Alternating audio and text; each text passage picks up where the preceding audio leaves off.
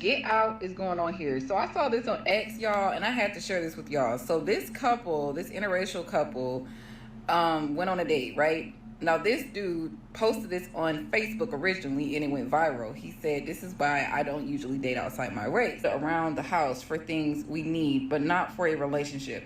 Tried to convince him to start working for us, and once we take a trip to the mountains this summer, well, know the rest." Well, you know the rest.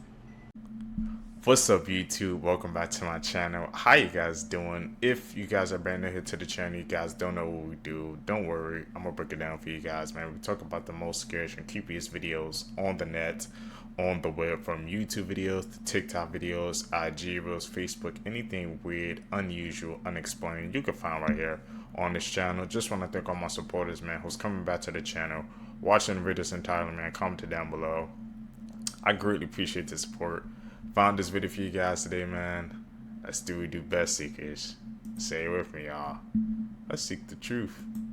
This is why you should always watch videos to the end. In 2003, a woman came home to her apartment to see that her door was unlocked. She went inside, nothing was missing, so she assumed she must have left it open. When it happened a few more times, but still nothing was missing in her apartment, she went out and got a camera, set it up in her apartment, aimed at the front door. The next day, her door was unlocked, so she reviewed the footage. She watches in horror as late in the night, her front door opens and in walks this tall, creepy man who looks around and then walks towards her bedroom off camera. She immediately sprints out of her apartment and calls the police, who show up and tell her to go back in her apartment and just try to stay calm, and that they would put an officer right outside her door so she's safe. As she's sitting on the bed, totally traumatized, she realizes something. She only saw him enter her apartment on that video. She doesn't know if he actually left. As she's sitting there, she feels breathing on her ankles. She runs out, the cop comes in, and he finds the tall, creepy man under the bed holding a knife and a camera. Creepy facts that you shouldn't read. Your mind gets sense when someone is staring at you, even when you're asleep. Which explains why you randomly wake up during the night. Spirits are more active at night and mostly exist in air-conditioned rooms. They look and stare at you at night. They read your mind and try to speak and show your future dreams. Really? Follow if you're scared. Here's some crazy history that you definitely have not heard before. Apparently Buzz Aldrin was difficult to work with, so Neil Armstrong almost replaced him for the Apollo 11 mission, but he ended up going. JFK was rejected from military service due to health issues during World War II, but because of his connections that his father had, he was able to still join the US Navy. Eisenhower had an alternate speech ready if D-Day failed, where he takes full responsibility for the failure and where he calls the decision to attack his decision, stating if any blame or fault attaches to the attempt, it is mine alone. A man survived a 324-foot fall from that pyramid-shaped building in San Francisco, and apparently a nearby guard heard him screaming, "Whoopee!" Okay. The Navy constructed a 300-foot ice cream barge during World War II, producing 10 gallons every 7 minutes to raise the morale in the Pacific. Creative, I guess. The Colosseum in Rome once had 80 different entrances to get in, with 4 of them being for the VIP high-stature people. And now there's only 3 entrances total in the entire Colosseum. There is a typo on the Lincoln Memorial. Specifically, the word future was initially engraved as future due to an error by the artist who made it. Apparently, he accidentally grabbed an E stencil instead of an F during the engraving process. And now you know. Horror movies I have no business being in because I would be dead immediately. Absolutely not. And there's no way I'm surviving. Art the Clown. Have you seen the way he kills people? I mean, y'all, he literally cut a woman in half from starting at her hoo-ha and going all the way down, then wore that skin around. Like, granted, I ain't got no hoo-ha, but like that don't mean, like, he be coming after everybody and like slicing you with a smile on his face. And to 28 days, weeks, and years later, I'm gonna say no to that one too. Honestly, don't think I belong in a world where there's not a functioning Chick-fil-A. Like, why do I want to survive? A lot of people say like they just are ready for a zombie apocalypse, but I don't really know if I'd really enjoy that. Then what do you mean I gotta run from these alphas with their full bush slongs slinging all around as they chase you down, ready to rip your spine out? And then if I do survive, what's the point? I'm not a pilgrim. I don't want to ride over on the Mayflower and rebuild. That seems no fun. And this one too, that's absolute no. How you gonna tell me that I got popped my eyeballs out in 60 seconds to live? I ain't about to do that, no.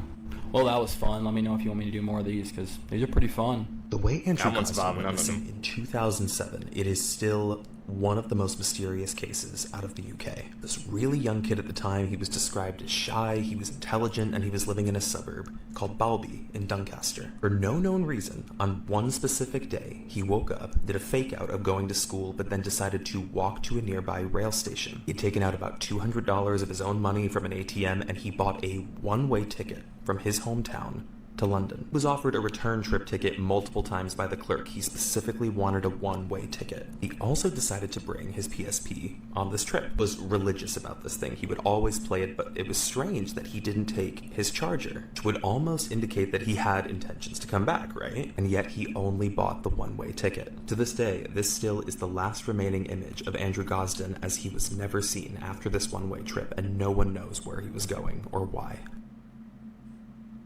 Where in the hell was he going, bro? One-way trip, no return ticket. Still lost to this day. Those are scary stories, man. You're just chopping off the face of the earth. They have found missing children in a secret underground bunker in Alabama. Now, they have currently arrested 4 guys, all in their 20s. Kids have been going missing. There has been a massive investigation, and up until now, they have realised the severity of it. Now, all 4 men have been charged with counts of human trafficking, child rape, and kidnap. But it's so much bigger than this. One of the men has actually already been charged with selling these children to his clientele. Now, I suspect that this case is going to be massive. There is going to be so many more people who are attached to this who are going to be arrested. These children aged from 3-year-old all the way to 16-year-old. The house that has been located in the middle of a forest has an underground bunker. And these men have been dragging these children and hiding them here. And it gets even worse because it's also not just children. This is also the involvement of animals. Animals which have been raped and abused in this property. This is horrific. I'm going to be following this one because I suspect a lot more people are going to be getting arrested. I'm going to be dropping every single one of these horrible names. Content creator Megan Gower is being slammed all over social media because of how she was treating her children on a live stream. What's this? Absolutely not right now. What the fuck is that? It's the girl. This is bracelets. We don't have the time for that. We can do it tomorrow. Can you just open it? No, because you can have that shit everywhere. I won't. Open it. Give me it. I'm not opening it. And I'll open it. Go ahead, try. I can't. Okay, get out of my room with it. Riley, not right now, baby. I'm opening it. I done told her no. We're going to. What, Riley? Don't start, Riley. Girl, I will smack this motherfucker upside your head. We're going to Monster Jam. Give me it. The dad going crazy. Give me it. Give me it. Give me it. Get out. Give me it. Fine. It's just a little Give game. me it. Give me it. Get out of my room. Give me it. Touch me again. Mommy, touch me again. Get out of my damn room. Where can I go? Yeah. I'm so glad you're so nice. I'm like your motherfucking sister. I think you have been mean to me. Oh, how's it being mean to you? You've done your damn business. That's what. What's that? This is good that you We're not We're going to Alabama. Trees caught on camera walking. That was just so sad that she was talking to her daughter like that, man. She just wanted her to open something, right? So I don't know why she was meeting her with all that aggression. Unnecessary. Okay.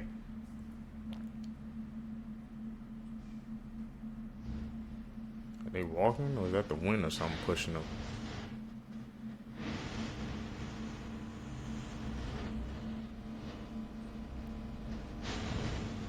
It has to be the wind blowing them, right?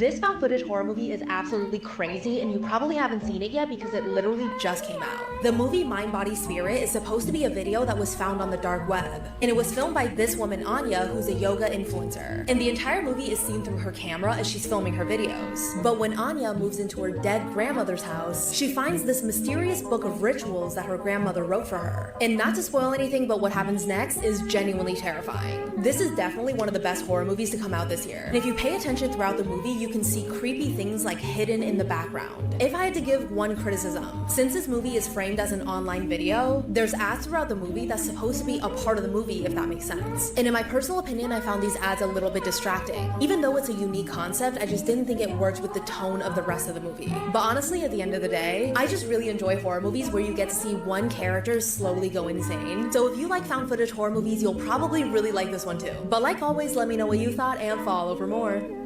This is why you should never live next to crazy people. In 2015, a girl who was totally fed up with her noisy neighbors finally worked up the courage to go over there and tell them to be quiet. She knocks on the door and out walks this insane looking old woman who just starts hissing at her. And she doesn't stop hissing at her until the girl finally just leaves. She considers calling the police, but ultimately just goes back to her room and goes to bed. But she wakes up a couple hours later when she hears that same hissing sound. Her first thought is there's no way this can be my neighbor because she had her door locked. But then she notices there's a big lump right next to her in her bed and she reaches over to check who it is. Her crazy neighbor leaps out of bed and runs into the closet.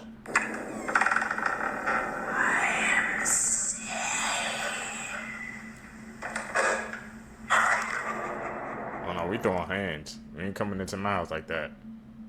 No, This is a true horrifying story, part 25. Warning, this is not a joke. The information that's going to be shared is dangerous and life-threatening. Do not, under any circumstance, commit the actions that will be narrated. This is the world's most dangerous book ever, Shams al-Ma'arif. This book was written by Ahmad al-Buni in the 17th century. But technically, the author of this book is not a human being. I never did and will never read this book. And this is your second warning. Do not read this book. Ahmad al-Buni practiced black magic, and he was in contact with the most powerful jinns and demons before he passed away. The jinns were the authors of this book. The elder generations, like our moms and dads, have heard about this book, and they were warned by it. There are thousands of horrifying stories of people who read this book. Shams al-Ma'arif explains everything about black magic, how to get in touch with the world of jinns, how to marry a jinn, and the sacrifices you have to do for the devil,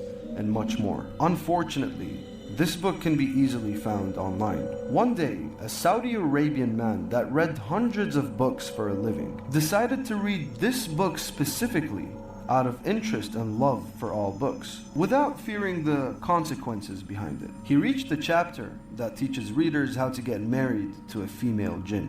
He laughed about it. He tried the ritual to experiment it. The first night after finishing the whole book and completing the marriage ritual, he felt someone breathing next to his face. And on the second night, he felt a hand touching his feet. And on the third night, he heard her voice. The man was officially locked in a marriage with a demon. 5 years go by. He met a normal, beautiful woman that he fell in love with, and they both decided to get married a week before the wedding day. The bride, the bride's parents, and the groom's parents all pass and die in 3 different car crashes. These are the consequences behind this book. And it's also known from many stories of people that have died from reading the first few pages. If you don't finish reading the book, you will get killed. All my stories, all of them, are true incidents that happened one time only. But this book is a product that is permanently available online. I beg you, do not go anywhere near Shams al-Ma'arif. This video is to educate you on the dangers behind this book. Do not go anywhere close to the world of jinns. I take heed of his warning. That book sounds cursed. We will not be reading that at all.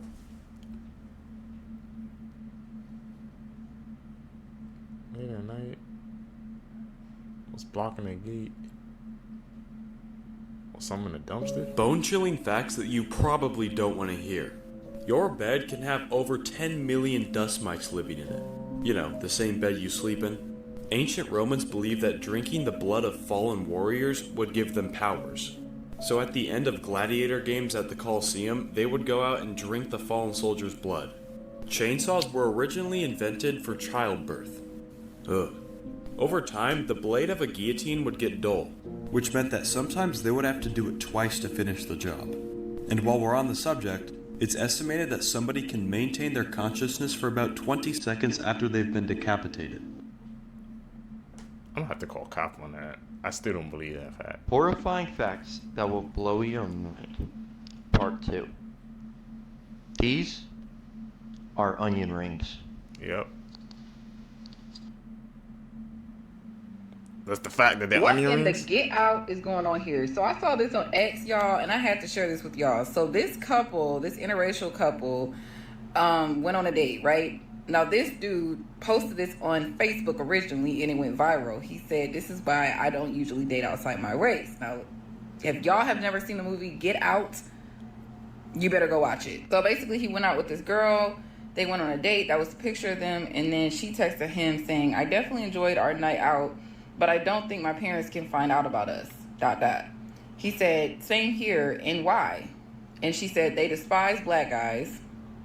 My last black boyfriend, let's just say it didn't go well. They literally set him up to be put in jail for life for something he didn't even do.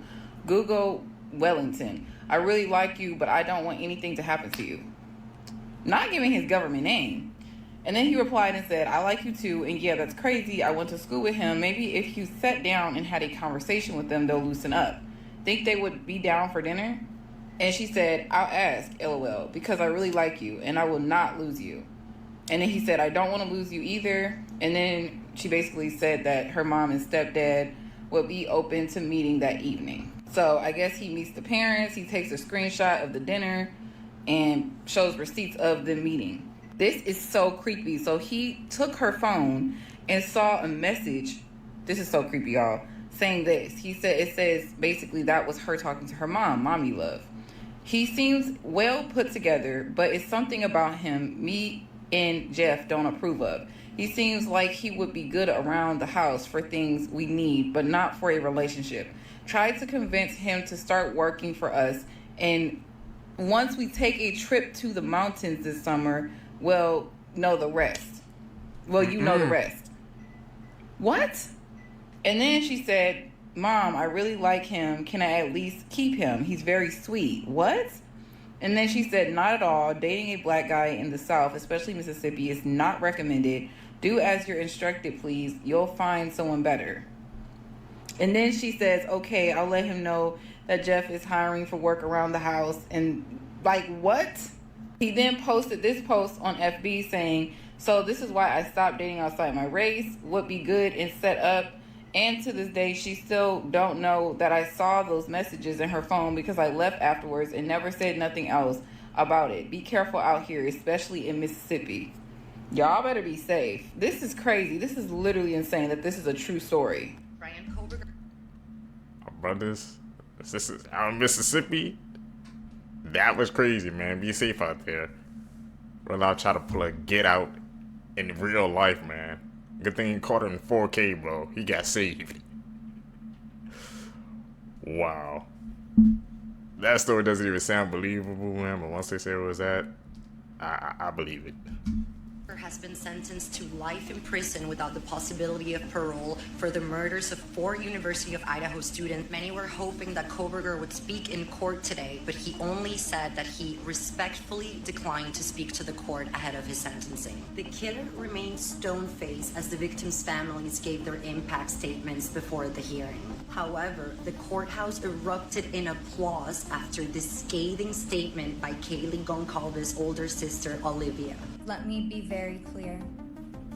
Don't ever try to convince yourself you mattered just because someone finally said your name out loud. If you hadn't attacked them in their sleep, in the middle of the night, like a pedophile, Kaylee would have kicked your ass.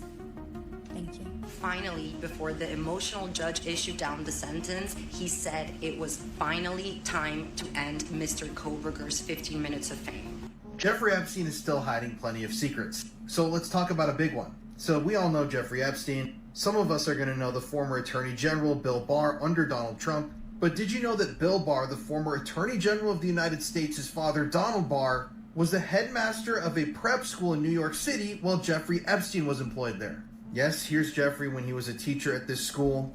It was called the Dalton School in New York City, and Donald Barr, Bill Barr's father, was the headmaster at the time. Now, obviously, it's disturbing looking back that this man would have hired, it was called Space Relations. And the plot of the book was as follows, quote, Space Relations is a science fiction novel about a planet ruled by oligarchs who engage in, I'm not making this up, you can buy a copy of this book yourself and read it.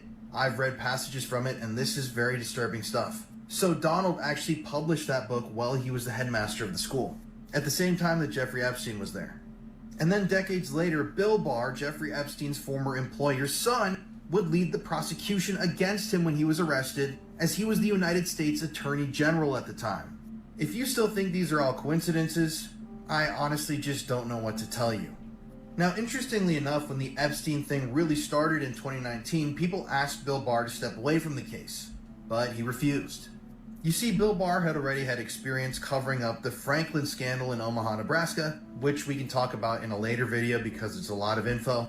But yeah, this is just incredibly shocking stuff that I don't see anybody really talking about to this day. And if you want to hear me rant more about topics like this and do extremely deep dives, check out my channel on YouTube, The Conspiracy Files, or the podcast on Spotify and Apple Podcasts. Breaking news. Police found a man trapped in the tunnels of rapper Diddy's house. And when they found out who he was, they were in for a shock. According to sources, it all started with an anonymous tip that pointed out suspicious activity at Diddy's mansion, which is located in one of the most exclusive neighborhoods in Los Angeles, California. While investigating the location, the police found a secret tunnel system that stretched for more than 200 meters. But what caught their attention the most was something hidden in one of the rooms in the tunnel. As they entered the tunnel, the police began to hear noises and screams coming from one of the rooms. Shocked, they decided to investigate who was making those noises, especially in an underground tunnel. When they entered the room, they came across a scene that looked like something out of a horror movie. A living person was chained to a chair. According to the investigators, the victim was visibly shocked and said that he had been there for years and had to catch insects to eat without contact with the outside world. The investigators were shocked and decided to ask who it was. When he revealed his name, everyone in the room was completely stunned because it was unbelievable. And when he tells you who he is, you will be shocked. Commentary for part 2.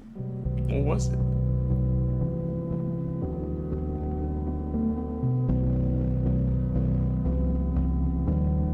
Who wants to go to a park called Death Valley? Not me. That name is just asking for trouble. People still go there? Those are some brave people. I think this is one of the most terrifying photos I have ever seen, but the gag order in the Bryan Kohberger case has been lifted. This gag order banned police and prosecutors from speaking about the case ahead of the trial, and the intent was to ensure Kohberger's right to a fair trial so that he couldn't appeal on random grounds after a conviction. But now that Kohberger has pleaded guilty, the gag order has been lifted. And this comes just days before Kohberger's official sentencing, which is scheduled for July 23rd. All documents in the case that have been sealed will remain sealed for now, but the Moscow police said they are preparing to release a large amount of information later on. And Judge Hippler said court documents would be made public in batches upon review by the court. After the judge lifted the gag order, Moscow Police Chief Anthony Dollinger said, "We've been focusing on the victims and bringing justice for the victims. That was our focus. That was our mission. So that mission was accomplished." When asked if police were able to find a clear motive, Dollinger said he could not answer. But this means that soon we will likely know a lot more about what prosecutors had against Kohberger, including potentially knowing a motive. So we will see what will be released in the coming months. His headless body was found in a fish tank. 65-year-old Brian Egg was born in San Francisco, California, and spent his whole life there. He decided to live close to his family so they could always visit, and communication played a major role in the relationship. In mid-2018, the family's communication got weaker and there was fewer visits. Since Brian had so much free time on his hands, he decided he was going to help serve his community and would pick up trash from the alleyways. One weekend, neighbors noticed Brian doing his voluntary community service and go inside of his house, but that was the last time they ever saw him. About a month later, Brian's brother Devin called his cell phone to catch up, but it went straight to voicemail. Devin was alarmed by this because he knew his brother would always answer the phone. In addition to that, his answering machine didn't really sound like his voice. Devin tried to call Brian's phone again, and on the third time, it was picked up by a man who went by the name of Nate. Nate informed Devin that Brian was taking his dog out for a walk and would call him as soon as he got back, but Devin never got that call. At the end of July of that year, Brian's neighbors started suspecting that he was probably missing. He was familiar with almost everyone in his neighborhood and no one had seen him. They informed police about this, and if he wasn't missing, he may be suffering from an injury inside of his home. When police went to Brian's home, there was no answer, so they left and didn't continue with an investigation. Police just assumed that maybe Brian went out of town and didn't tell anybody, but his neighbors knew that something had to be wrong. Within a short period of time, neighbors noticed two individuals going in and out of Brian's home. The two men appeared to be homeless and were using Brian's home as their own. Neighbors alerted police and they told them that they would look into it, but again, they didn't take this case too seriously. Since Brian had not contacted his family in months, his sister ended up reporting this to the police. On August 4th, police went to Brian's home to investigate, but once again, no one answered the door. Once they left, neighbors noticed what appeared to be deep and thorough cleaning at Brian's home. Soap bubbles were emerging from the front door and there was a strong scent of bleach. Strangers who were living at Brian's home were seen painting like they were covering something up. On August 7th, Brian's sister filed a missing persons report. About a week later, neighbors called police after seeing a crime scene cleanup company outside of Brian's home. Finally, police took this report seriously and ended up searching Brian's home. Police ended up arresting Robert McCaffrey, and he had been living in Brian's home for at least 2 months, and then 2 days later they arrested Lance Silva. The two men were charged with ID theft and financial crimes. They were caught using Brian's credit cards where they purchased a car. A thorough search was done on Brian's home, and about 4 days later they found a storage room underneath the staircase. Once police went inside of that room, they found a hidden fish tank, and inside that fish tank they found the torso of a beheaded body.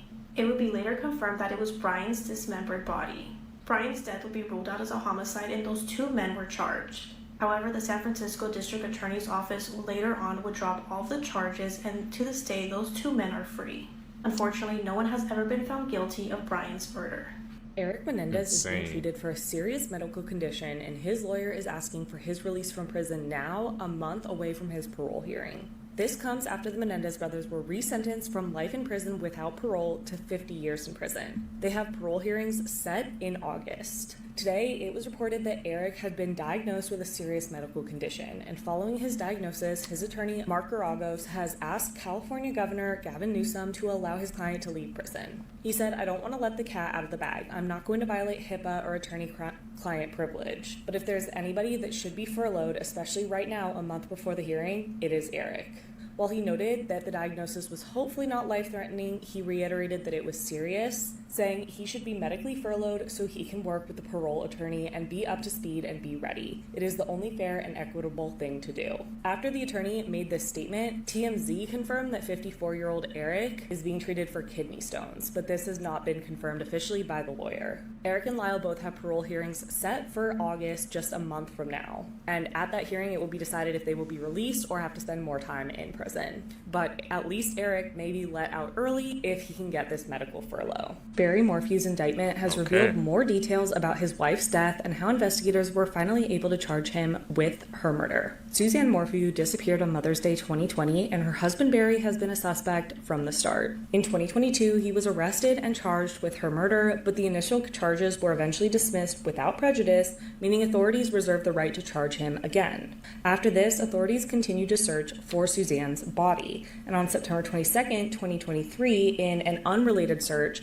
Suzanne's remains were found. The bones were found in and around a, quote, shallow clandestine grave less than an hour south of the Morphew residence. And then on June 20th, 2025, Barry Morphew, after being indicted by a grand jury, was arrested and charged with the murder of Suzanne. He appeared in court last week, and we now know more details from his indictment. The indictment says that the majority of Suzanne's bones were recovered and that a board-certified anthropologist, a botanist, and an entomologist were brought in to analyze the remains, and they concluded that it was unlikely that Suzanne decomposed from a fresh body to a skeleton at the location where she was found. So that means that her body was moved at least twice after her death. Also speaking out recently was a man who got to know Barry Morphew after the charges were dropped and Morphew moved to Arizona. He moved to Cave Creek, Arizona and started going by the name Bruce. Public records indicate that Barry Morphew paid property taxes at the Stardust Trailer Park and was self-employed. In Colorado, he was a landscaper and independent contractor, but he didn't hold any of these professional licenses in Arizona. This man who got to know him, Charlie Lutz, was an employee at a restaurant in Cave Creek, and he said he didn't know Morphew's real name until he was arrested on June 20th. Up until that point, he knew him as Bruce, a man who came in and drank beer. He said that Bruce was always approached by other women at the bar, saying that he would also frequently approach other women and flirted with them. One of these women, Libby Spurl, recognized him immediately. She said, quote, "He walked up to me and said, 'Hi.' He's like, 'Do you want to dance?' And I said, 'You're Barry Morphew.' And he said to her, 'No, I think you have the wrong person.'" A bit later, Libby said an individual approached them and introduced Barry Morphew as Lee from Indiana. And according to his indictment, he went by the alias Lee Moore, and a gas station clerk confirmed he knew Morphew as Lee. He was clearly trying to go unnoticed so that people wouldn't recognize who he actually was. But now he has been arrested and indicted by a grand jury. How many identities he had? Bruce Lee? I just now put that together, bro. Bruce Lee. Yeah, two separate identities, man. He ended his sister's life because his Xbox was laggy.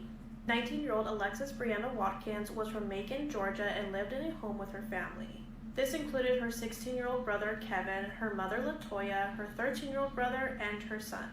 Alexis was described as outgoing and having a zest for life.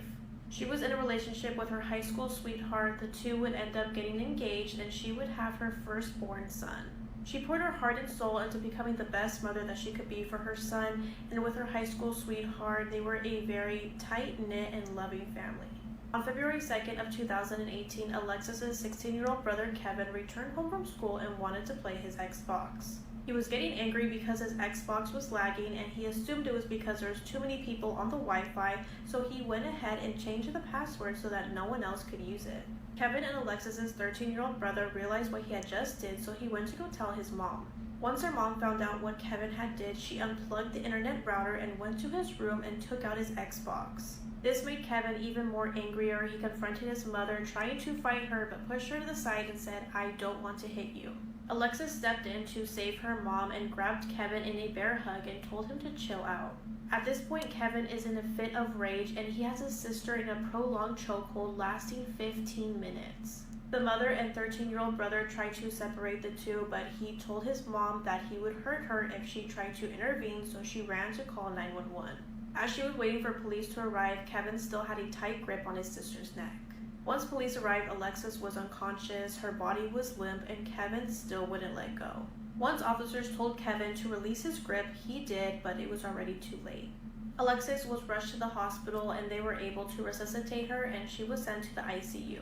She had a condition resulting of lack of oxygen to the brain, and the next day she passed away. Authorities immediately arrested Kevin, and he was charged with the murder of his sister.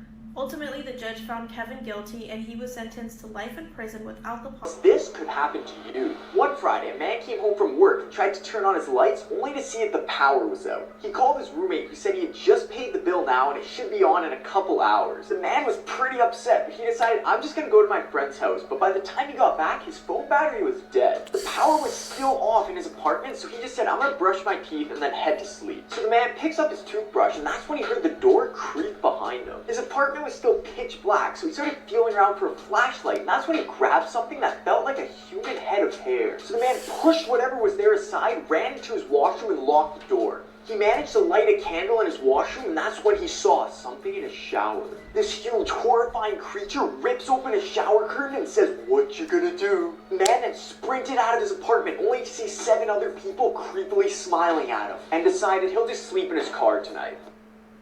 Pay your light bill, bro. More of the story. Here's some crazy history you definitely did not learn in school. The reason hurricanes have human names started off as a joke. A meteorologist named them after politicians he didn't like, so he could say they were causing great distress and wandering aimlessly. William Clark had a spelling problem. In the Lewis and Clark journals, he spelled Sue 27 different ways. The Great Fire of London officially recorded just 6 deaths despite destroying most of the city. Historians believe the real toll was much higher than that. Iceland's tallest tree is only 99 feet tall because forests struggle to grow in Iceland's volcanic soil. A mysterious carpenter built the Loretto Chapel spiral staircase alone with simple hand tools, then disappeared without collecting any money for it. Galileo spotted Neptune 234 years before it was actually discovered, but he mistaked it for a star. A blind amateur historian wrote a history of the Ming Dynasty in 1660 that was so revealing that it led to over 70 executions and thousands of arrests. A British pilot in World War II flew a burning aircraft 500 miles back to base using flasks of tea to keep the flames down. A 1960s chatbot tricked users into thinking it was a real therapist, and in 2023 it outperformed GPT 3.5 in a Turing test. Britain banned Christmas in 1647. This sparked rebellious celebrations, riots, and even 40 deaths. A nobleman in 17th century Naples fought 20 duels over Dante's superiority as a poet, then admitted he never read any of his work. The scariest haunted house Wow, in the world for the letter is to called begin. McKinley Manor, and now it has multiple locations, but it began in San Diego, California, in Russ McKamey's own home. If you can get all the way through the house, you'll get $20,000, but nobody has ever finished it.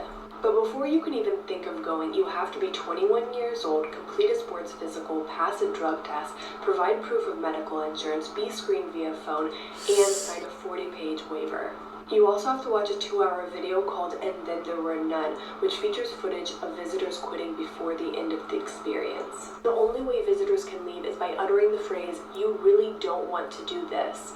And all that sounds like it would scare people away, but there's currently a waiting list of over 24,000 people. Would y'all do that Seekers for 20 grand? But I've been hearing some weird stuff be going on down in those haunted houses, so I ain't with it. Facts about being drunk. 0.7% of the world is drunk at any given time. That's about 55 million people. Up to 30% of people are hangover resistant. Belarus consumes the most alcohol worldwide. Estimates say hangovers cost $148 billion annually. So I'm in this gas station, and I go to use the bathroom, and there's a lock on the outside, right? So when you close the door, it locks you in. From the outside. You have no way of getting out. And it's not on the men's. Tell me that's not fucking weird. That's weird. It is. That's weird. On the men's. Only on the women's. Not on the men. You guys just saw for yourself how sketchy this is. Imagine being a woman and you stop at the gas station in the middle of the night to use a restroom, and then there's someone waiting in the stall, and then the door gets locked from the outside. Whatever happens to you after that, no one would know, and you're locked in. There's no way out. People have been linking this to sex trafficking, and the police have been called to further investigate, because even if there's a reasonable explanation as to why the woman's bathroom has a lock on the outside, why is it only the women's restroom and not the men's? Just so you know, this happened at this gas station in Bryan, Texas, and because this video went viral, they have since removed the lock. There is so much evil in this world, and one thing that I learned is that you could never be too safe. So women especially, you have to be very aware of your surroundings wherever you go. And it's so sad that we still have to say this, but it's just a reality that we live in. This is the living room of a woman who literally melted into her couch after her parents left her in that same exact spot for 10 years straight without the proper care, love, food, or any medical attention. This is Lacey Fletcher. She grew up living a pretty normal life, but she did have severe autism, so her parents say that it was challenging for her to socialize with other kids. But around the time that she was supposed to graduate high school, people just stopped seeing her. The people around her and her neighbors didn't worry because she was never reported missing, and they would still see her parents regularly who seemed unbothered, and they probably just assumed that she went off to college. But later on, Lacey was literally discovered melted into the family couch. And Lacey's parents even blamed her, saying that she stopped caring for herself and stopped doing the things that she needed to do, even though they were her primary caregivers and didn't even have a nurse at home for her. Fire and paramedics that arrived said that it was one of the worst cases they have ever seen, and said that she was literally glued to the fabric of the furniture. And her parents, who were mostly unbothered and making excuses for their actions, were both only sentenced to 20 years in prison. Rest in peace to Lacey Fletcher, and as always, I'll keep you guys updated. Just 20?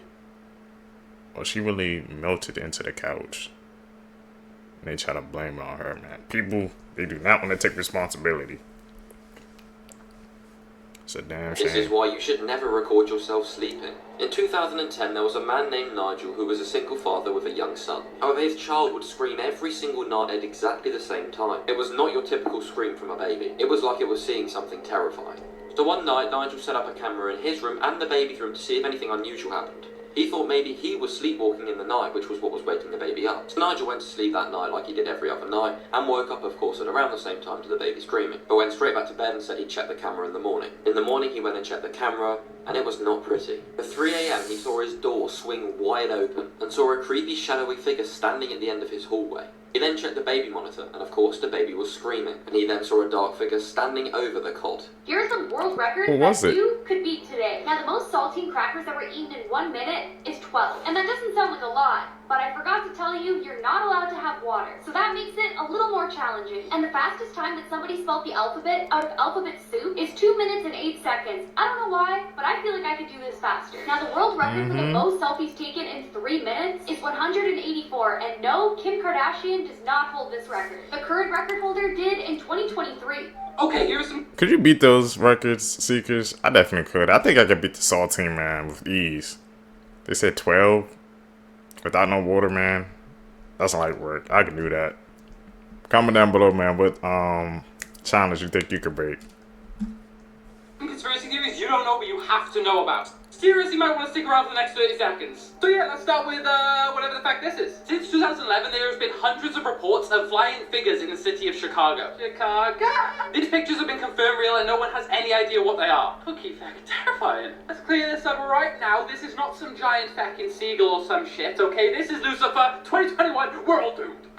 Okay, for this next one, I'm going to need you guys to look in a mirror and tell me which one of these resembles your eyes. Because, my friends, dependent on your answer will tell me if you are cursed or not. Yep, now I've got your attention. It's a Japanese theory known as sampuku eyes. Basically, the abnormal amount of whites in either the top or bottom of your eyes. The middle one is a normal eye, but it is said that anyone with sampuku eyes is in for a tragic destiny. If you have whites at the bottom of your eyes, that basically means something on the outside world is out to get you. And this means basically something on the inside world is out to get you. Let me know which one of these you have, or tag someone with one of these eyes.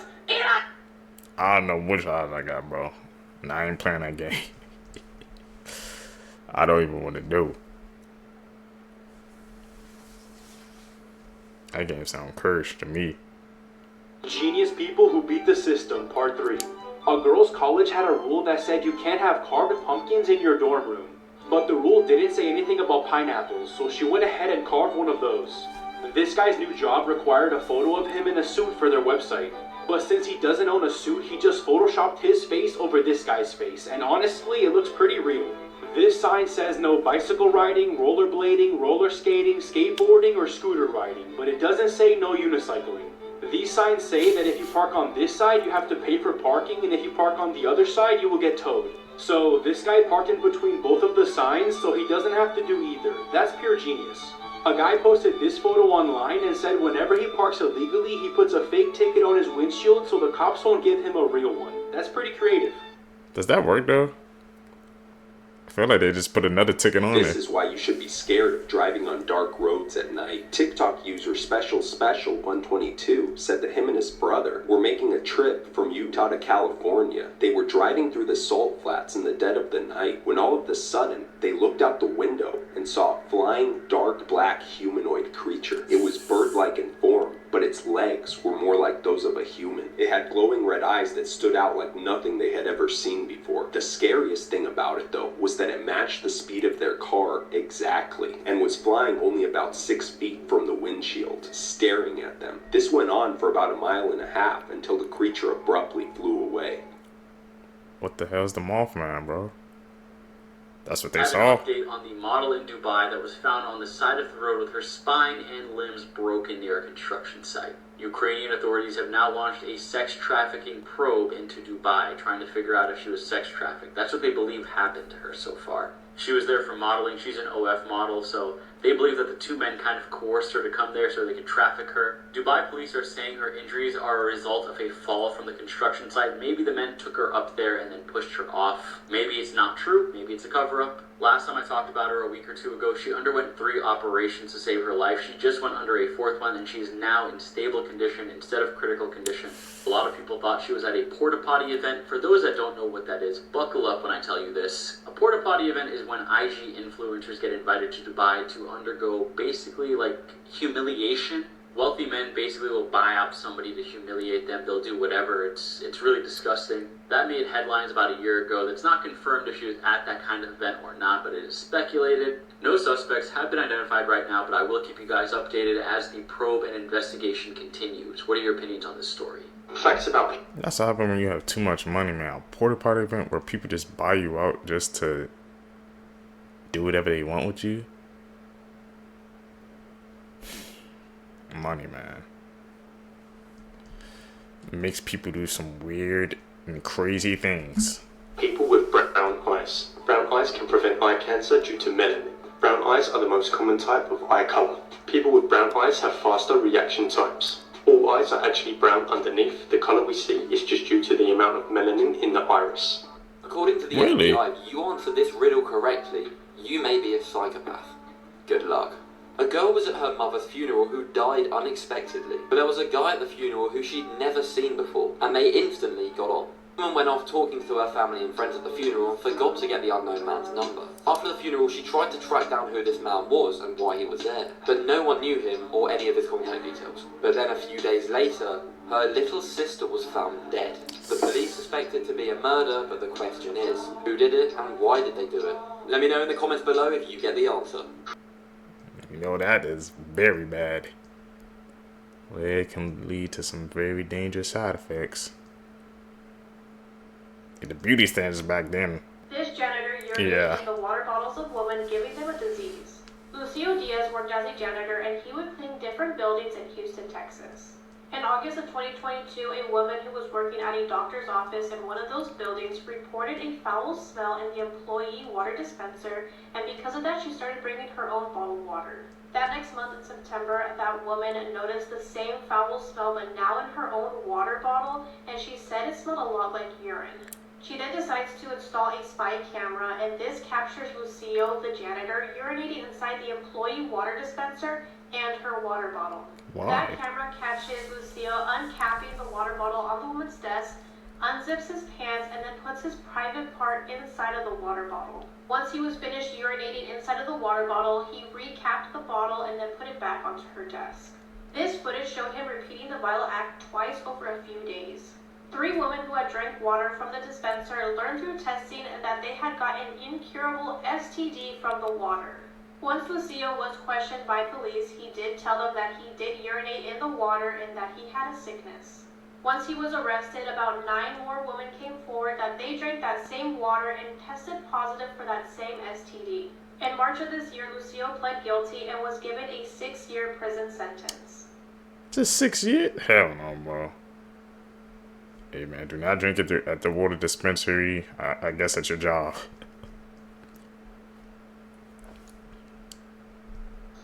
Okay, major breaking news. Donald Trump has just single-handedly crashed the global stock market. So the US market literally just opened after the weekend of it being closed, and in the first few moments, all of the major indexes fell yet again, between 3 and 4%. That brings the S&P's 3-day losses to around 13%. That's the biggest drop since the financial crisis of 2008. China's stock market, well, they suffered their worst single-day crash since 2008 as well. Hong Kong's stock market, they suffered their steepest single-day decline in nearly 3 decades. Taiwan had their biggest one-day drop in their history, flat out. Japan, they had to literally halt trading. Italy is down, Saudi is down, Germany is down, France, the UK, India, Australia, name a country, they are probably down. I mean, Russia, Frickin' Russia, they didn't get hit with tariffs, yet they're down as well. And that's just Monday. So Donald Trump, seeing all the panic, all of the, it's a bloodbath out here, he said, do not panic. He said the United States has a chance to do something that should have been done decades ago. Be strong, courageous, and patience, and greatness will be the result. As things develop, and they will bloody develop, I'll keep you guys updated. Let's talk about guys think about the stock market water again, because I feel like traumatizing myself. Okay, let's go. So I saw this on Reddit, and it is a giant Spinosaurus animatronic that used to move, but it was part of this dinosaur experience where there was a whole bunch of other dinosaurs in Leeds in England, and this one, they just left it behind. They just left it in the water. And it's slowly sinking, by the way. Look at its foot in the water. Slowly sinking into that water, just completely abandoned there, just for anyone to go see. I don't know how long ago this was, but if I was walking past and I saw this and I saw that it was slowly sinking, end of living operations. Jurassic Park 3 is my favorite Jurassic Park movie, okay? Don't at me, but the Spinosaurus, look how big this animatronic is on this, and look how big it is in comparison to the humans. Look how big it is in comparison to bro. Is that Steven Spielberg? Looks like it. Do you remember when you were a kid and you would jump out of the water pretending to be Ariel from The Little Mermaid? That's what this one looks like right now. It's not a Spinosaurus, but this is funny. And the tail of a Stegosaurus on the Jurassic Park ride. Dinosaurs shouldn't be in water, bro, especially the animatronics. Just nightmare fuel, but also really cool. How do y'all feel about dinosaurs and dinosaur animatronics and submechanophobia? Morbid Facts, Part 577. On a cold winter night in 1977, 48-year-old Teresita Basso was found brutally murdered in her Chicago apartment. Her body had been left naked under a burning mattress with a knife still embedded in her chest. The case quickly went cold with no suspects and no apparent motive, until months later when police received a chilling phone call. A local man claimed that his wife, who had worked with Teresita, began channeling messages from Teresita's ghost during trance-like states. During these eerie episodes, the woman would apparently speak in Teresita's voice, identifying her killer as a man named Alan Showery. Even more disturbingly, the alleged spirit named stolen items that were taken from her apartment, including specific pieces of jewelry that Showery had stolen from her. As absurd as it sounded, police followed these clues, and shockingly, they all checked out. Showery was arrested and eventually confessed, making this one of the most bizarre criminal cases in modern history. Telling me she really channeled her spirit and they caught the killer like that? That's be one of the first, I guess, cases, man. Caught off possession. It's insane. Scientists have just shocked the world after releasing a video where you can hear the first direwolf howl in 10,000 years. Whoa. The Times just wrote an article about it and described it as the return of the direwolf. Now, if you didn't already know, direwolves once roamed the Americas from Canada all the way down to Venezuela, but about 10,000 years ago, they vanished, going extinct along with other giant Ice Age animals like the mammoth. But their bones stayed behind. And fast forward to 2025, scientists at Colossal Biosciences recently discovered ancient DNA inside fossils that dated all the way back from 11,000 to 72,000 years old. Then, using that DNA that they discovered, they managed to decode the direwolf's entire genetic blueprint. And here is where things get wild. They took ordinary DNA from a gray wolf and then edited it gene by gene to perfectly match the ancient direwolf's genetic code. Then, using domestic dogs as surrogate mothers, Romulus and Remus were born in October. Colossal claimed that they are the first de-extinct animals ever. And at just 6 months old, they are already 4 feet long, weigh 80 pounds. And what's crazier is that instead of being really friendly and cuddly, the Times report that they're kind of cold, cautious, and avoid humans entirely. They even avoid the people who raised them and bottle-fed them from birth. Colossal posted about this achievement on X, saying, "This moment marks not just a milestone for us as a company, but also a leap forward for science, conservation, and humanity." They said they're aiming to revolutionize endangered species by mastering genetic technology. And if successful, not only could we hold on to our current species from going extinct, but maybe even bring back the ones lost to the past. No. However, not not everyone is celebrating. Some say calling this de-extinction is disingenuous, arguing that they are only grey wolves with 20 edited genes to mimic dire wolf traits. And others warn that this kind of genetic meddling could lead to catastrophic consequences. Facts. But what do you think? Is this an amazing scientific breakthrough that should continue to be pursued? Or are we messing with things far beyond our control, risking consequences that we can't possibly predict? If I told you... Like, see, on one hand, it's cool, you know, that they're bringing back, you know, I guess the direwolf and extinct species. But on the other hand, bro, you know how people get, they just want to push their boundaries, man. That's literally like the plot of Jurassic Park, man. It's literally right there in front of our faces. And we got the direwolves before the ones of winter. I had to say it. Your mother was in the courtroom here today. Would that be the truth? No, so. Where is your mother? Jill. This 7-year-old who went viral in 2008 for testifying against his own mother has finally broken his silence after 17 years. Would you tell us your name? Andrew Hutto. Andrew Hutto, who is now 24 years old, has shared his verdict on his mother's case, 17 years after she was found guilty of murdering his 7-year-old sister, Adriana Hutto, in their pool. Who is this, or what is this? My mama. And what is she doing? Killing my sister. 100% guilty, he recalled. I stand by every word I said. I don't believe I was what they've called coached or anything like that. I just told them exactly what I saw, word for word. Put her hand over her face. Who is this? My mother. And who is this? My sister. What?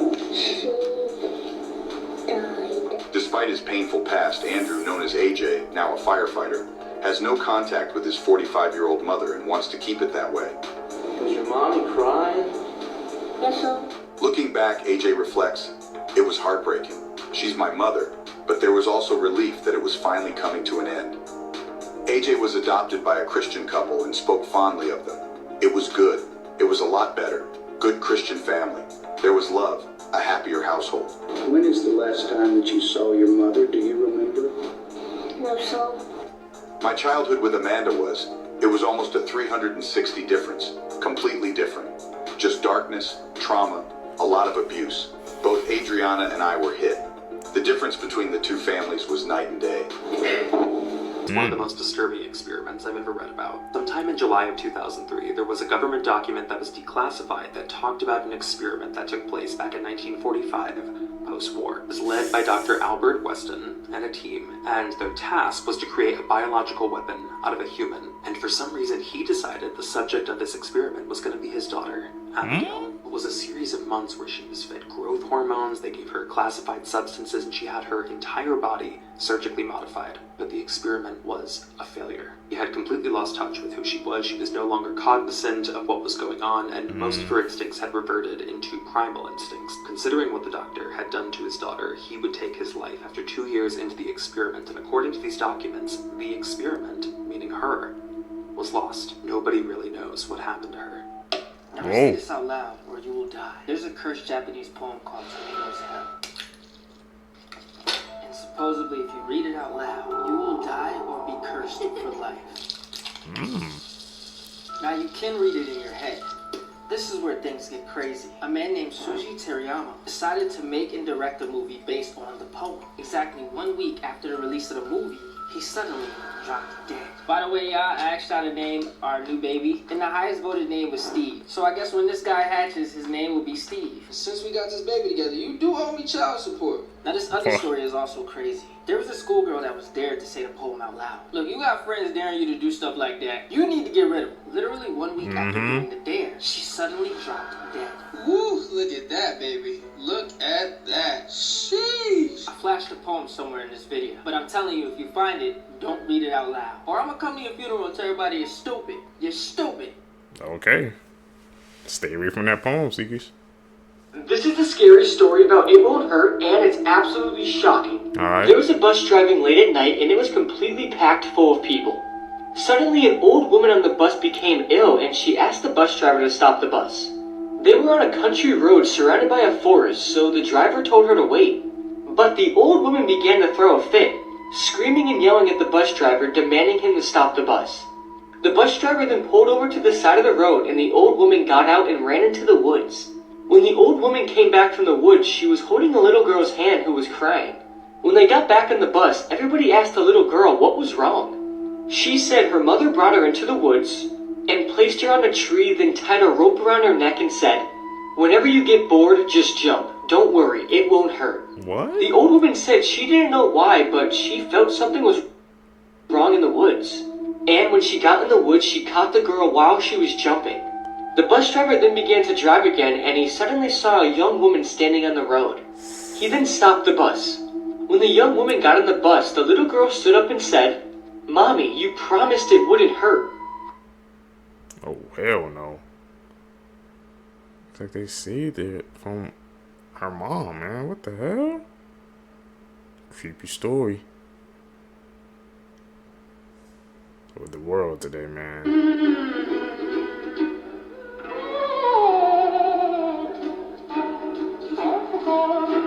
On May 29th of this year, Natalie Reynolds went live on Kick, and shortly after it started, she is seen trying to convince a woman to jump into the lake. The woman then claims that she cannot swim but only float. Natalie then says, "I'll give you $20.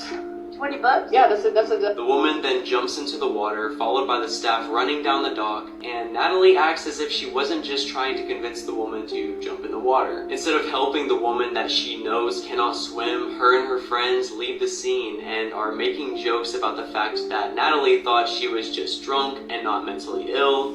"I can't swim. I can only float." She literally died. No, stop. Seriously, don't stop. Please, you're actually freaking me out. No! She says she's drowning. She says she's drowning. I think you literally just murdered her. No, I didn't. Nah, this is bad. What the hell? Since then, Natalie has received a lot of hate, and several people are claiming she should be charged with attempted murder. What are your thoughts? Let me just... That's crazy, man. You know, kick streaming, bro. Those kick streamers, I've been hearing a lot about them. How they just be doing like degenerate stuff on the internet. They be doing anything and everything for clout views. That goes to show you, man, how far a person would do just to get some attention. That's actually insane.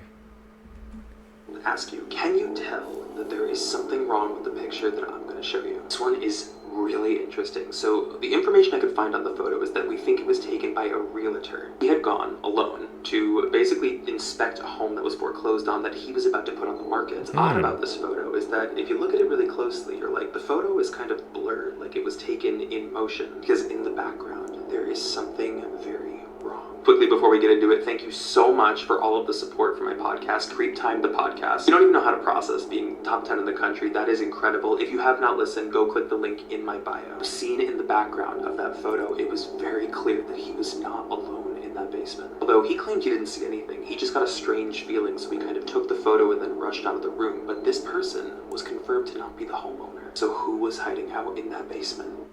Who was that? He didn't even see him there?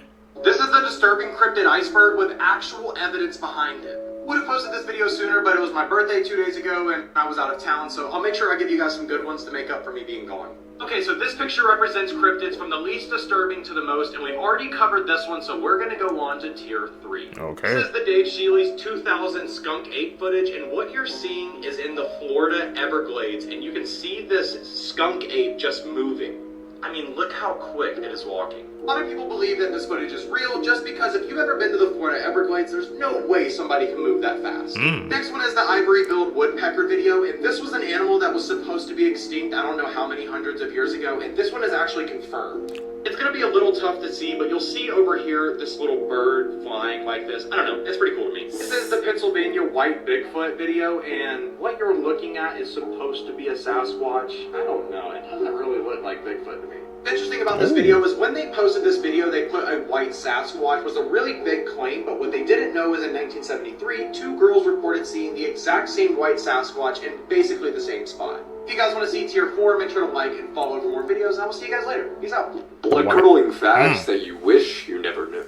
If your plane is crashing into the water, just know that flight attendants are trained to not allow any dead bodies on life rafts. That means no saving Grandma for her funeral, simply yeet that bitch overboard. What? 1 out of every 50 women have a third nipple, and 1 out of every 100 men do too. This is known as a supernumerary nipple, and Mark Wahlberg actually has one. Harry Styles has 2. Your baby foreskin can be used as replacement skin for burn victims. That means one can quite literally be a dick face. There are corn stars born in the year 2003. That's the same year The Cat in the Hat came out. Male fetuses get boners in the womb, and these can often be seen on ultrasounds. Motherfucker. Crazy. I didn't know in males and the fetus they can get boners when in the fetus? What the hell? That young? I didn't even know that was seemingly possible. What the more you know.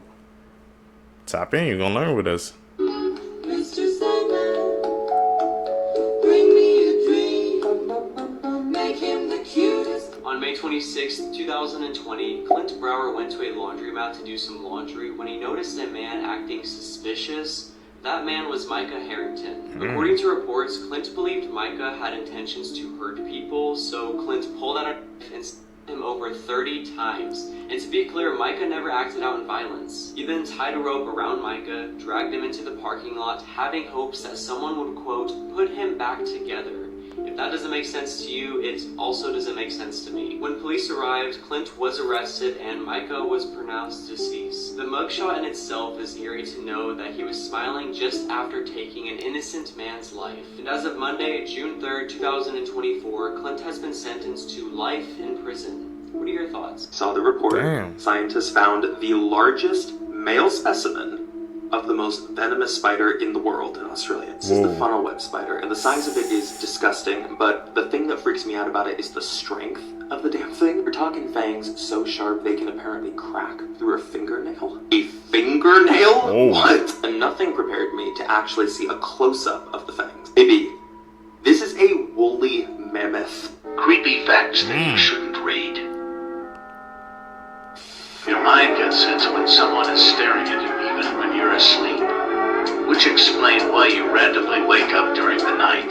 Spirits are more active at night and mostly exist in air-conditioned rooms. They look and stare at you at night. They read your mind and try to speak and show your future dreams. Follow if you're scared. Has that happened to any of you guys, Seekers? Especially about, like, waking up at night? Breaking news, they've officially released Riley Strain's toxicology results.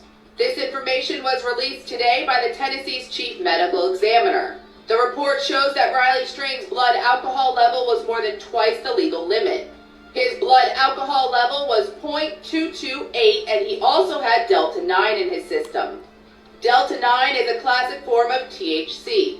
This would be the THC you heard about in health class growing up.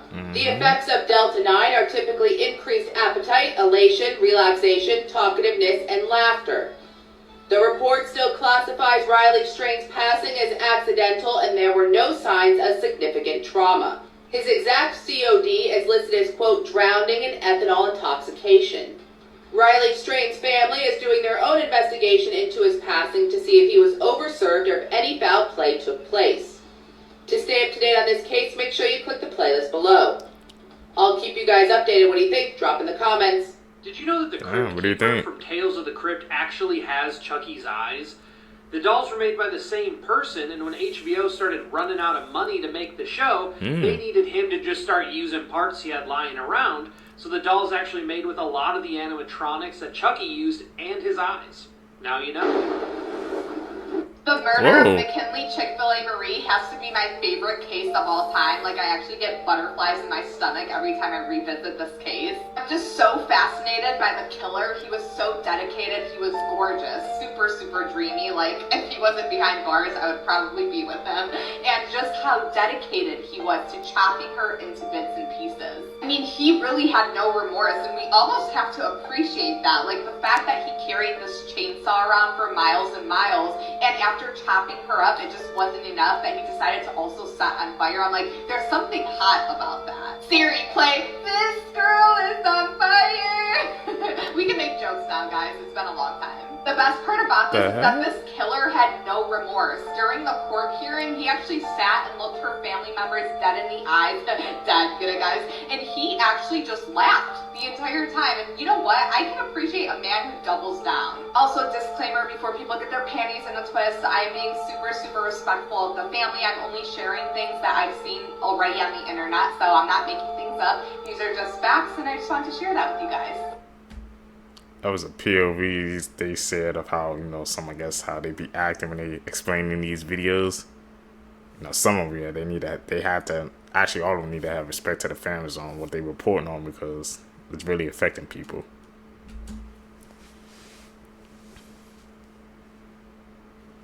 Words have power. Remember that. Edit. You know how to spot them out. So check this out. A YouTuber just found the devil in Alaska. What? The footage at the end is the scariest thing I've ever seen, fam. It's crazy. It's crazy. Luke Nichols, a popular YouTuber from the United States, has just encountered Satan himself in the mountains of Alaska. This is the reason nobody wants to visit Alaska, bro. This is terrifying. So Luke, known for his love for the outdoors, a veteran for outdoor extreme camping and survival, getting the nickname Luke the Nuke Nichols. He had been exploring the Alaskan mountains nearby the Noam territory. The fierce weather conditions made his trip more difficult. He was out on his snowmobile on his way to catch some fish with his son when suddenly they came across a random hole in the ground. They were terrified. They immediately turned back but heard a voice calling out. He turned around, and within the darkness of the night he saw horns, then flames, and realized he was staring into the eyes of the devil. He took out his phone to video it. To see the video, comment Mr. Nightmare, and we will send it via DM. Oh. Is that fact a cat? Has anybody ever heard of the Silent Man ritual? It's a ritual that you should never do. Who is the Silent Man, you may ask? The Silent Man is a demon that was casted down from heaven, a demon that hates noise. Many people say if you play this game and win, you'll gain never-ending good luck and fortune. However, many people who played and lost say that they've got everything in their lives, everything good, taken away from them. But not only that, but a lot of people who play the Silent Man ritual have reported that they've actually lost their voice over time after playing this game. If you look at it, it makes a lot of sense. The Silent Man hates noise. They say to call upon the Silent Man. First step is to turn off all the electronics in your house. The second step is to light a candle and go to a window. Supposed to whisper quietly at the window. Silent Man, I invite you in. Say around 25 times. Now you have to understand, to win this game, that you have to stay quiet. You'll see a man outside your window. The more noise you make in your house, the closer this man will get to your house, until he's inside your house. This is why I recommend nobody to play this game. Do you guys think I should play this game on live stream? Then heart this video and follow my account. Let me know in the comments. Y'all, this picture... I never play those freaking games, those ritual games. That's just like bad energy, bad juju all around. I completely stay away from those, man. I don't see how people can even risk that. That ain't me. It makes me so sad but so happy at the same time. But this is an updated photo of the Menendez brothers. If y'all are not familiar with the Menendez brothers case, it is an old case. I really feel like they should not be in prison for what they did. But they unalived their parents and they got charged with it. And after going to court and talking about basically that they were SA'd over the course of their childhood, and the reason why they did this is because it got really bad and they felt like they had no other way out. They were still convicted of it and charged with, I believe, life in prison. But there have been a lot of petitions to get them out of prison and get, you know, a retrial or consideration to let them out or give them lesser time or something, because these men have been in prison like so long. And look at them, y'all. They look so good. Like, this makes me so, I don't know why this picture makes me so happy. What do you guys think about that case? Like I said, a lot of people's calling for their release. And they got out. I want to see you guys' thoughts down below on that one.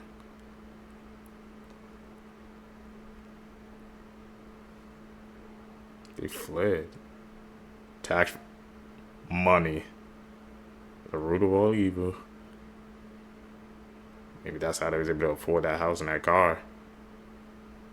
Tax fraud. They just got up and vanished like ghosts and they couldn't catch him?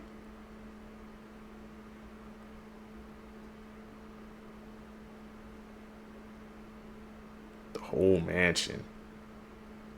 They just had to pack up and disappear. So they got away with it.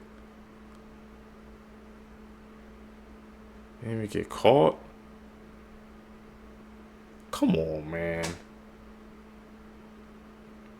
You had to be on top of things like that. So people can't get away with that, man. Lived in that big ass mansion, had all those cars. At 3:15 a.m. Okay. You might be cursed. Like, why though? Legit. So I don't know if you ever heard about the Amity house. No. This is a real haunted house. I believe in the States somewhere. So they claim this house to be one of those houses that is truly attached to demons. Now, the story goes that there was this man. They said a voice came to his head and told him to murder his 3 family members, his 2 daughters, and his wife. Now, it's weird.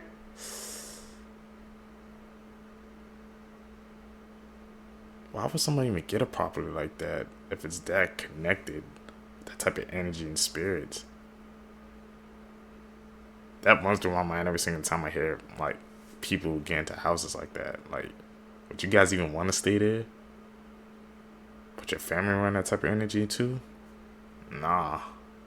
Not me.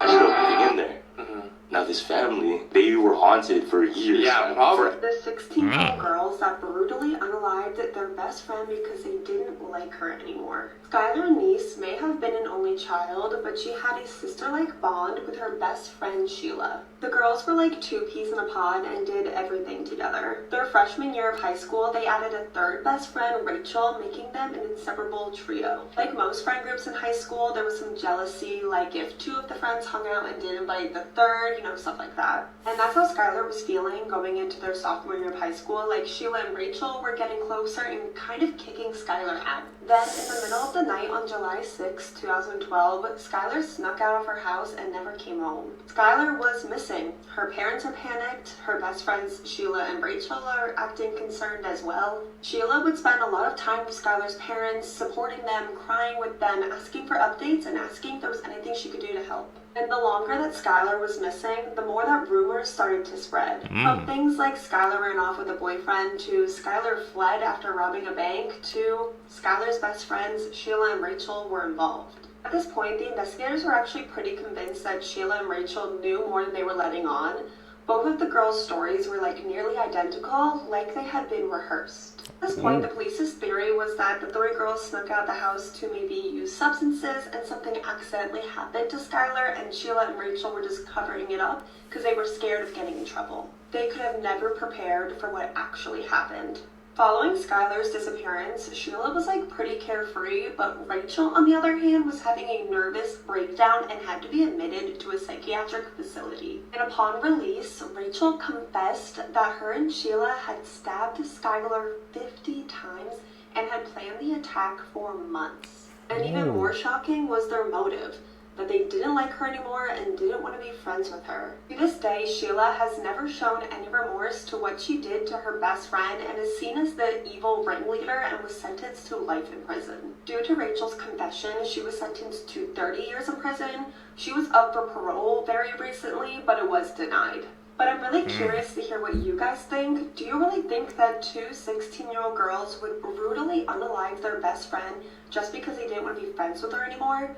I feel like there has to be more to this story. Throughout the day, but have you ever wondered what happens when you drink too much water? Well, 35-year-old Ashley Summers drank 64 ounces of water in a span of 20 minutes and passed away from water toxicity. Ashley, her husband, and 2 daughters were at Lake Freeman in Indiana when she began feeling dehydrated. So she drank 4 bottles of water because for some reason she wasn't able to quench her thirst. Ashley complained about having a horrible headache and she began to feel lightheaded. When she got home with her family, she passed out in the garage and she was taken to to the hospital where the doctor said she had brain swelling. Ashley never woke up and she was pronounced dead from water toxicity. A toxicologist said that this is more likely to happen to someone who's extremely dehydrated, which will cause them to drink too much water and not enough sodium or electrolytes. So remember, bring more than just water on really hot days, especially if you're under the sun for a long period of time. This day... That's actually insane, man. Someone passed away from drinking too much water. Like she said when we were growing up, it was also, you know, drink water, be hydrated. Man.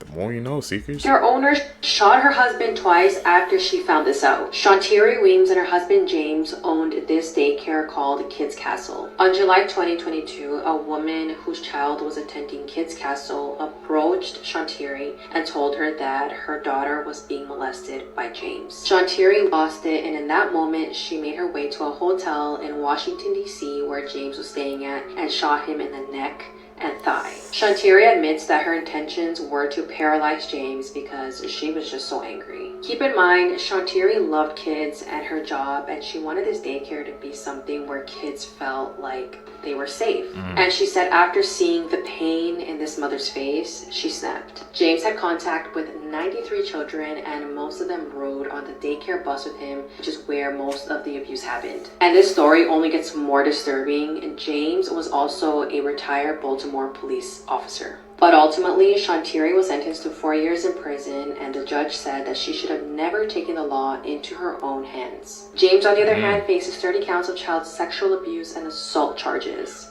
There has been a horrifying discovery in Florida.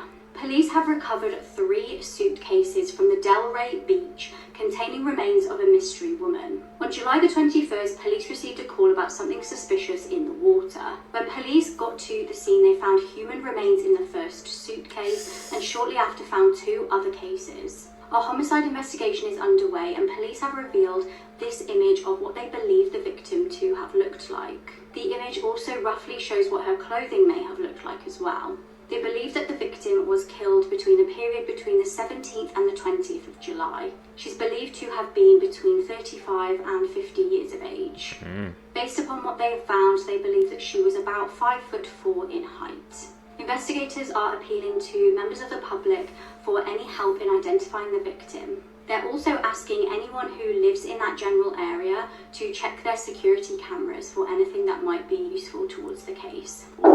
Be careful where you at. As the Grim Sleeper, responsible for killing between 10 and 25 plus people. Got the name the Grim Sleeper is because apparently he went on a 14-year hiatus, for which he eventually started killing again, which led to him being caught. Deborah Jackson was a mother of 3 in which she was shot 3 times by a .25 caliber gun. He would only kill women, so much of the women that he would kill, he would shoot with this certain gun, which he would shoot them in the chest and he would dump their body. The pattern continued and continued as more women were being shot in the chest and dumped in the alley. Investigators weren't really linking the cases until they realized that the odds that the person is shooting somebody in the chest with the exact same gun. They worked on various leads, looked for various people. For the most part, it seemed like they were just going from dead end to dead end. Eventually, in '87, they got an anonymous 911 call in which a witness claims that they saw a woman's body being tossed into an alley. He shared a license plate of the van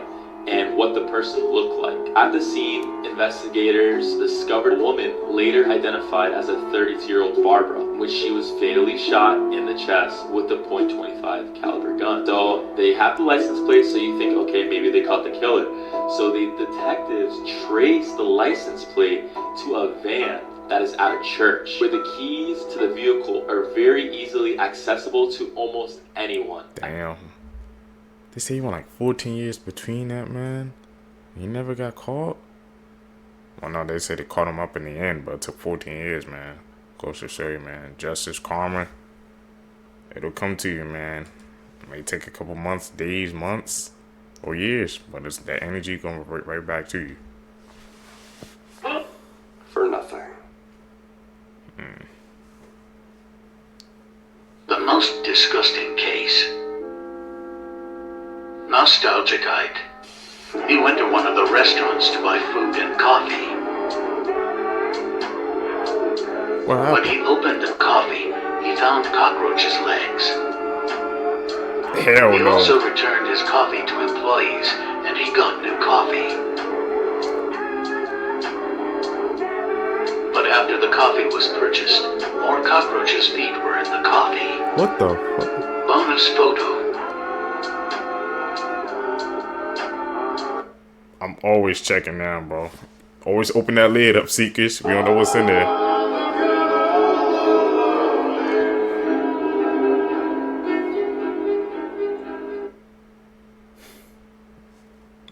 Some crazy info we learning. Here's the second part of the body cam footage of Chad Dorman, the monster, the so-called father, who unalived his 3 sons in a way that I cannot even describe on here. But before I show you the video, the cop and the way he reacts in this video and how he talks to the suspect is 100% how I would talk to him. That's slow.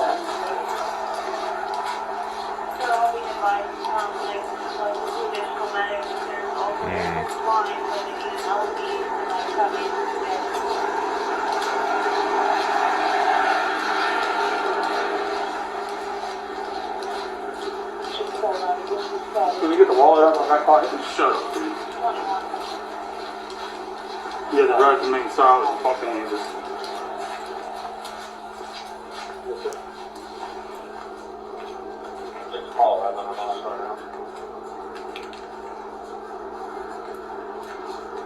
There's a wallet for what?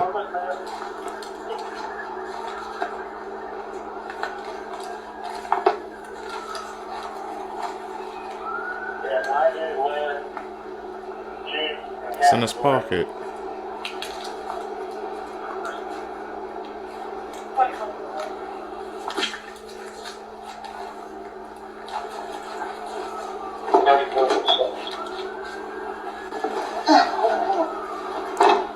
Horror movies with the biggest plot twist that you won't see coming. The movie we're talking about today has one of the most unique and insane stories I've ever seen. Talk Living about is it. a French horror movie about a nurse taking care of an old woman who used to be a famous ballet teacher. The old woman is in a coma, but she's very rich and lives in a mansion. There's also a mysterious key that's always around her neck. So the nurse, her boyfriend, and her boyfriend's brother decide to rob her. As it's rumored there's some kind of treasure hidden in her mansion. And they assume the key around her neck opens the door to the treasure. But when they open that door, they find something else. I'm gonna tell you what they found behind the door, so if you don't want to hear it, just click away now. They found the old woman's dead daughter, whose corpse has been turned into a human ballerina statue.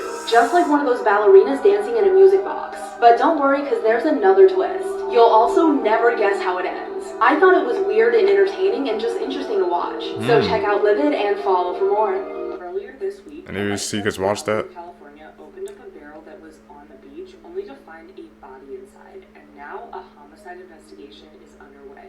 This past Sunday, a maintenance worker at the Malibu Lagoon State Beach saw a black plastic barrel floating in the lagoon and brought it in with a kayak. He didn't open it at the time, but the next morning, a lifeguard on duty spotted the same barrel back out in the lagoon. He swam out and brought it back into the beach, and when he noticed how heavy it was, he opened it to see what was inside. And that's when he found a man's body. The origin of the barrel is unclear, but it's possible that it was brought in with the tide from the ocean. The man's identity has still yet to be remained as well, and homicide detectives are now investigating and have not released many details.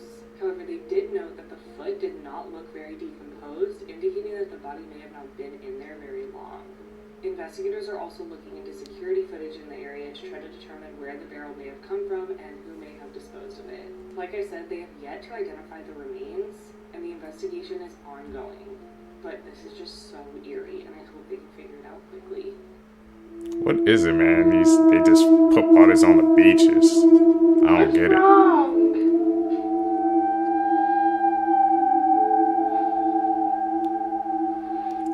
What the hell is that?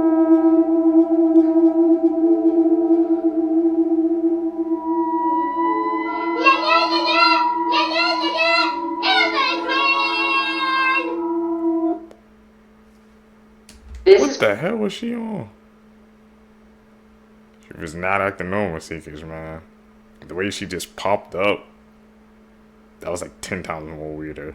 What we know about the 4 Idaho students who were murdered in their house. On November 13th at 12 p.m., 4 University of Idaho students were found stabbed to death in their beds in a home that they shared. The victims were 20-year-old Ethan, 21-year-old Kaylee, 21-year-old Madison, and 20-year-old Zaina. Just a few hours before Madison and Kaylee were murdered at 1:40 a.m., they were seen on surveillance grabbing some food from a food truck in downtown Moscow. They then took an Uber home, and at around 3 to 4 a.m., their lives were taken. Ethan and Zaina, who were a couple, also arrived to the home around the same time as Kaylee and Madison. There were also 2 other students in the home while the murder took place, but they were not harmed, and they said they did not hear anything. These students in the home were also not the ones who called 911, but police will not release that information. Police do believe that this was a targeted and isolated attack, but they do not have any suspects at the moment. In my opinion, I think there's a lot more to the story, and I hate to say it, but these attacks seem really random, and this may be a serial killer. That's a tragic case.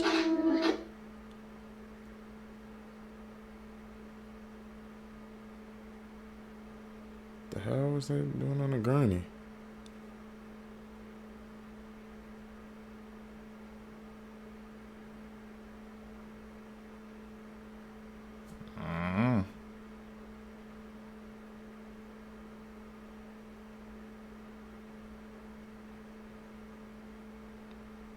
Come on, man, with that ass.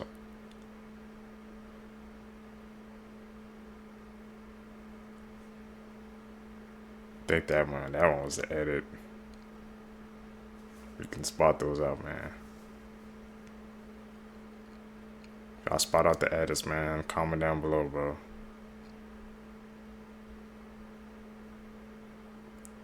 Like flickering on and off, what the hell?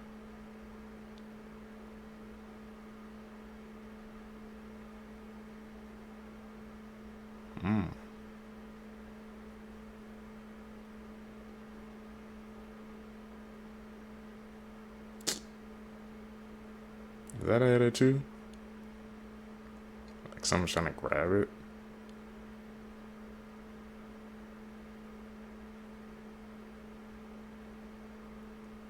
She just walked away at the end? This is 28-year-old Nadine Burras, and she was from the UK. In 2012, Nadine decided that she wanted to join a dating website, and she made a profile on MuslimMatch.com. On this website, she met Sammy Alahari, and he was posing as a millionaire from the United States. The relationship grew quickly and became very intense. Since Nadine was in the UK and Sammy was in the United States, they started a long-distance relationship, and they would be seen talking on the phone for hours until the early morning. In 2013, they ended up meeting for the first time, and later on, Nadine realized that he was lying about his occupation and he wasn't actually a millionaire, he was a taxi driver. Yes, Nadine was upset with Sammy, and it wasn't the fact that he wasn't a millionaire, it was the fact that he lied to her all this time. Unfortunately, the relationship quickly became abusive, and Sammy would leave Nadine covered in bruises. On December 30th of 2014, Sammy had visited Nadine in Cardiff, UK. He went to Nadine's home but got into an altercation with her brother, so he was asked to leave. Sammy was staying at a hotel pretty close by to Nadine's home, so that's when he gave her a call and told her that he had actually left his passport at her home and if she could bring it to him. They ended up going to a nearby restaurant, and around 11 p.m. is when they made it back to the hotel. An hour later, Sammy was seen at a casino with some fresh scratches to his face. Sammy then took Nadine's car to the airport and he took a flight to Qatar. The next day, around 12:20 p.m. was New Year's Eve, and Nadine's body was found in that hotel room. Police had discovered that Nadine's laptop and phone were missing, so that could only mean that Sammy had these. Soon enough, Nadine's family were getting text messages from her phone, and this was Sammy. He was just taunting them and basically telling them that they were going to be next. On January 19th, 2015, Sammy was located in Tanzania. He was arrested and brought back to the UK. Sammy claimed he was suffering from abnormality of mental function and that the voice of God told him to kill Nadine. In 2016, Sammy was given a life in prison with the minimum term of 17 years before being eligible for parole. If I didn't know this was a true family, crime man. case, I would think it was a disturbing horror film. On the morning of the 7th of October 2022, a barefoot woman was running around Excelsior Springs, Missouri, bashing on people's doors. Witnesses describe her looking like she came straight from a horror film and she was calling for help. She'd been beaten, held captive and SA'd for weeks. The woman was a shocking sight. She was covered in injuries and was wearing a bin bag. Disturbingly, she was gasping for breath as she had a very tight metal collar locked round her neck. It was a nurse who opened the door to her and let her come in. The nurse started to call police, and at this point the woman panicked. She warned her that the captor would kill her and claimed that he had killed her 2 friends. When police got there, the woman explained that a man called Timothy had captured her the month prior. He'd been holding her hostage this whole time. She said he'd been keeping her locked in the basement and had been SAing her. Disturbingly, she told police that he actually had a young son who lived at the house with him. When Timothy had taken his young son to school the one day, she used it as her opportunity to escape. Police made their way to the home of 39-year-old Timothy Hazlitt Jr. and found the property did in fact have a basement like the woman described. Timothy was arrested and is facing 9 charges including first-degree kidnapping. He's being held on a $3 million bond and faces 5 life sentences. Before his arrest, police were actually called to his address 3 times. Twice they were asked to do welfare checks, and this was from an employer and also family members. Police have searched his home with cadaver dogs and they haven't yet released what they know. How didn't they find her those times when the police was there?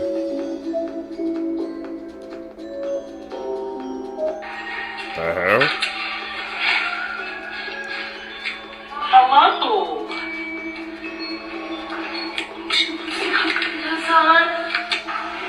Skinwalkers are getting weird, bro.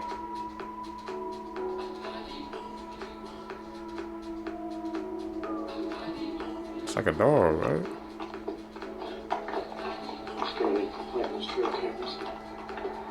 Vultures would be weird. It's odd.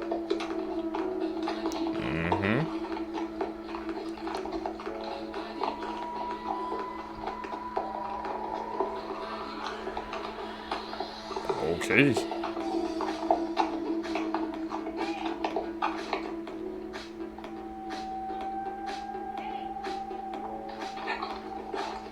I don't want to leave. What the fuck? Where the hell are you going? They didn't want to leave. What the fuck?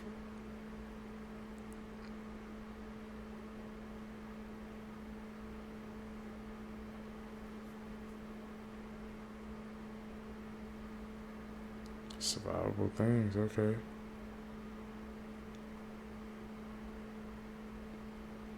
What? How the hell he do that?